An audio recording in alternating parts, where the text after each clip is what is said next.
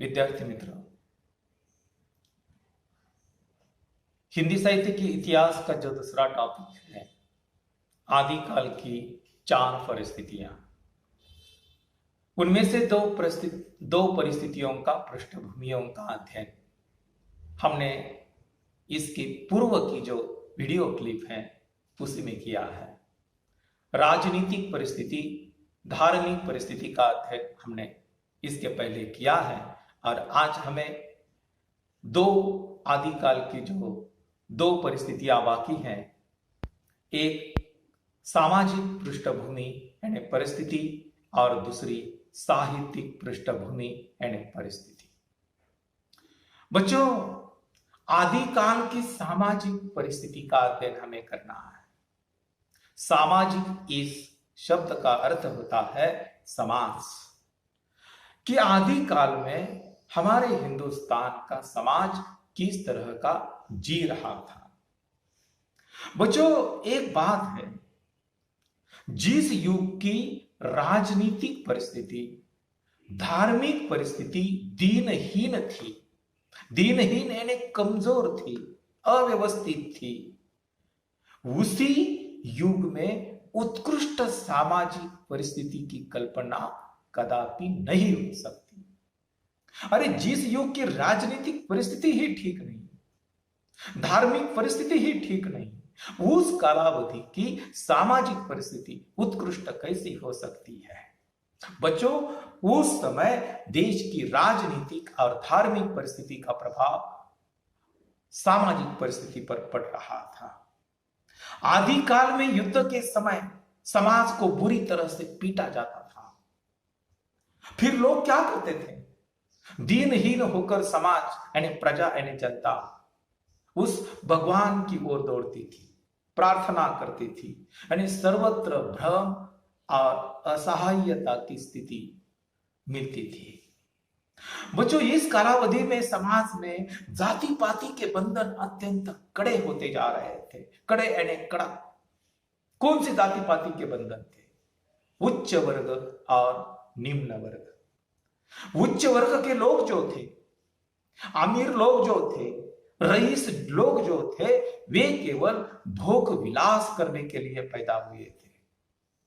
और जो निर्धन थे, जो गरीब थे, दीनहीन लोग थे, वे केवल श्रम करने के लिए पैदा हुए थे, काम करने के लिए पैदा हुए थे। स्त्रियों की क्या अवस्था थी इस कालावधि में?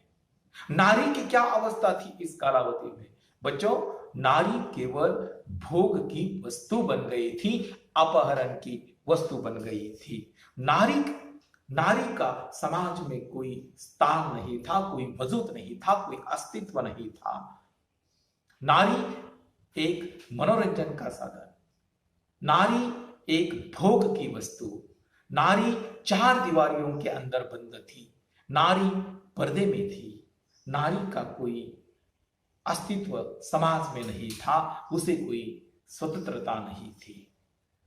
जनता के लिए शिक्षा की कोई व्यवस्था नहीं थी। बच्चों, शिक्षा यानी शिक्षण की कोई व्यवस्था नहीं थी। और एक बात है बच्चों, इस कालावधि के जो स्त्रियां थी, नारियां थी, उनके लिए एक शाप था, सती प्रथा।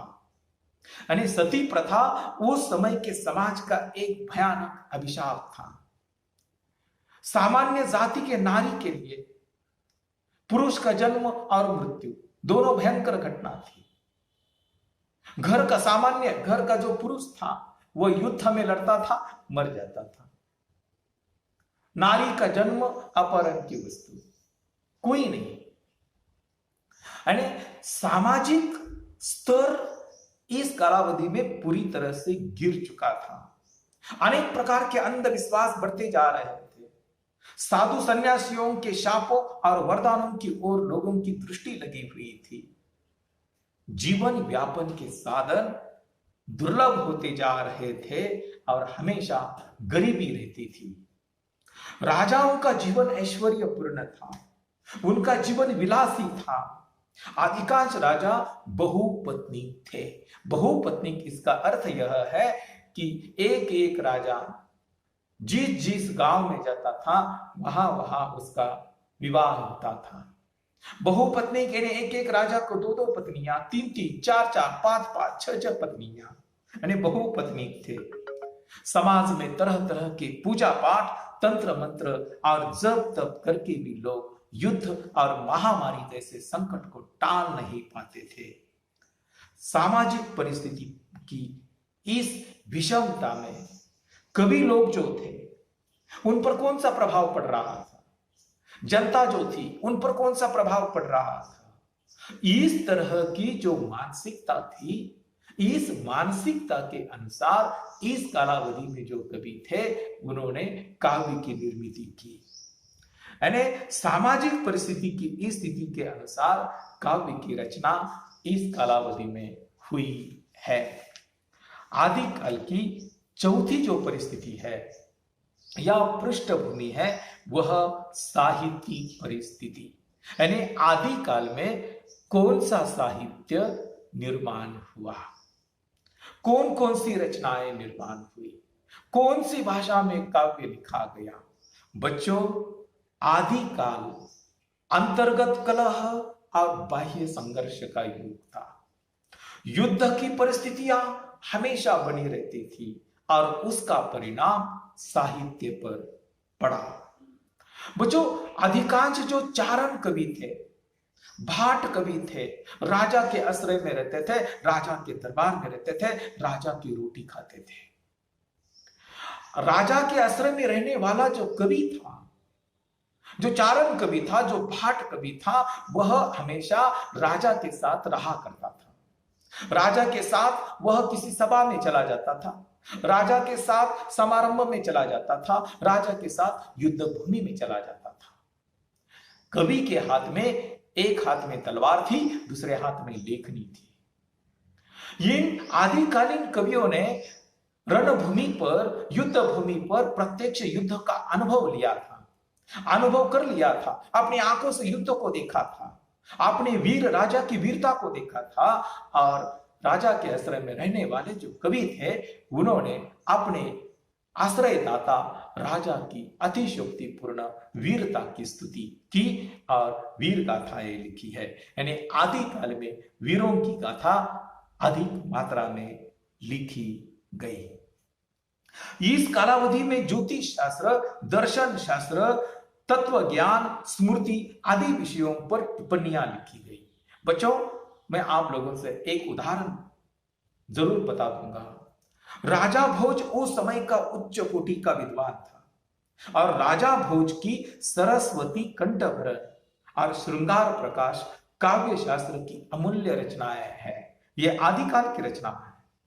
बच्चों, उस कालावधि में यानी आदिकाल में काव्य शास्त्रीय ग्रंथों या काव्य लिखने वाले जो कवि थे वो कवि जयदेव, कवि कुंतक, कवि विश्वनाथ, महामहिम भट्ट जैसे कवि इस कालावधि में हुए हैं। आदिकाल में संस्कृत साहित्य भी लिखा गया। बच्चों, इस कालावधि में धार्मिक साहित्य भी लिखा गया। इस कालावधि में मैंने आप लोगों से कहा कि 3 धर्म प्रमुख थे, पौराणिक वैदिक हिंदू धर्म, जैन धर्म और बौद्ध धर्म थे। जैन धर्म अपने धर्म का प्रचार करने के लिए उन्होंने काव्य की रचना की, काव्य के माध्यम से उन्होंने अपने धर्म का प्रचार किया। इस कालावधि में जैन धर्म के साथ साथ बौद्ध धर्म का विकास हो रहा था। बौद्ध धर्म के अनुयायी जो थे, शिष्य थे, वे भी अपने पंथ का, बौद्ध धर्म का प्रचार करने के लिए काव्य के माध्यम से लोगों के सामने आते थे। उसी के साथ साथ इस कालावधि में नाथपंथीय योगियों ने अपने नाथ पंथ का प्रचार प्रसार काव्य के माध्यम से किया। और इस कालावधि में जैन साहित्य, बौद्ध साहित्य, नाथ साहित्य, वीरों की गाथा और रासो काव्य भी इस कालावधि में लिखा गया। रासो काव्य यानी कथा पर आधारित काव्य भी इस कालावधि में लिखा गया है। इस तरह से देखा जाए तो आदि काल में केवल वीरों की गाथा ही नहीं लिखी गई। इस काल में थोड़ा बहुत भक्ति का साहित्य भी लिखा गया, श्रृंगार का साहित्य भी लिखा गया, बौद्ध साहित्य लिखा गया, जैन साहित्य लिखा गया, नाथ साहित्य लिखा गया, रासों का भी लिखा गया। परंतु इन सभी साहित्य में, सभी काव्य में वीरों की गाथा अधिक से अधिक मात्रा में लिखी गई। उसकी जो प्रवृत्तियां है, उस प्रवृत्ति के आधार पर आदिकाल का दूसरा नाम वीर गाथा काल रखा गया। और आदिकाल की साहित्यिक परिस्थिति इस प्रकार की है। बच्चों, आदिकाल में और भी कुछ कवि हुए। चंद्रबरदाई जैसा महाकवि आदिकाल का है, कवि विद्यापति जैसा कवि है, कवि गोरखनाथ है, और उस समय कवि जयदेव भी है, इस कालावधि के कवि है।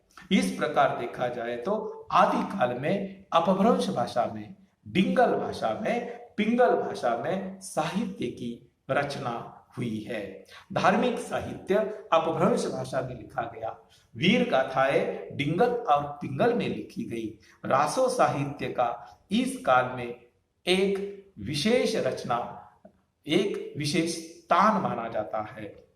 इस प्रकार देखा जाए तो आदिकाल की सामाजिक परिस्थिति, आदिकाल की साहित्यिक परिस्थिति, ये कुल मिलाकर देखा जाए तो आदिकाल की 4 परिस्थितियों का, यानी पृष्ठभूमियों का हमने अध्ययन किया है। आदिकाल की राजनीतिक परिस्थिति, आदिकाल की धार्मिक परिस्थिति, आदिकाल की सामाजिक परिस्थिति और आदिकाल की साहित्यिक परिस्थिति। बच्चों, इन 4 परिस्थितियों पर जो नोट्स है, वो नोट्स भी आप लोगों को पीडीएफ के माध्यम से व्हाट्सएप ग्रुप पर हम आप तक पहुंचा देंगे। आप लोगों को ये दोनों वीडियो क्लिप बहुत गौर से सुनकर, बहुत बारीक सुनकर, उसके बाद जो नोट्स है, वह नोट्स आपको बही में लिखने होंगे। धन्यवाद।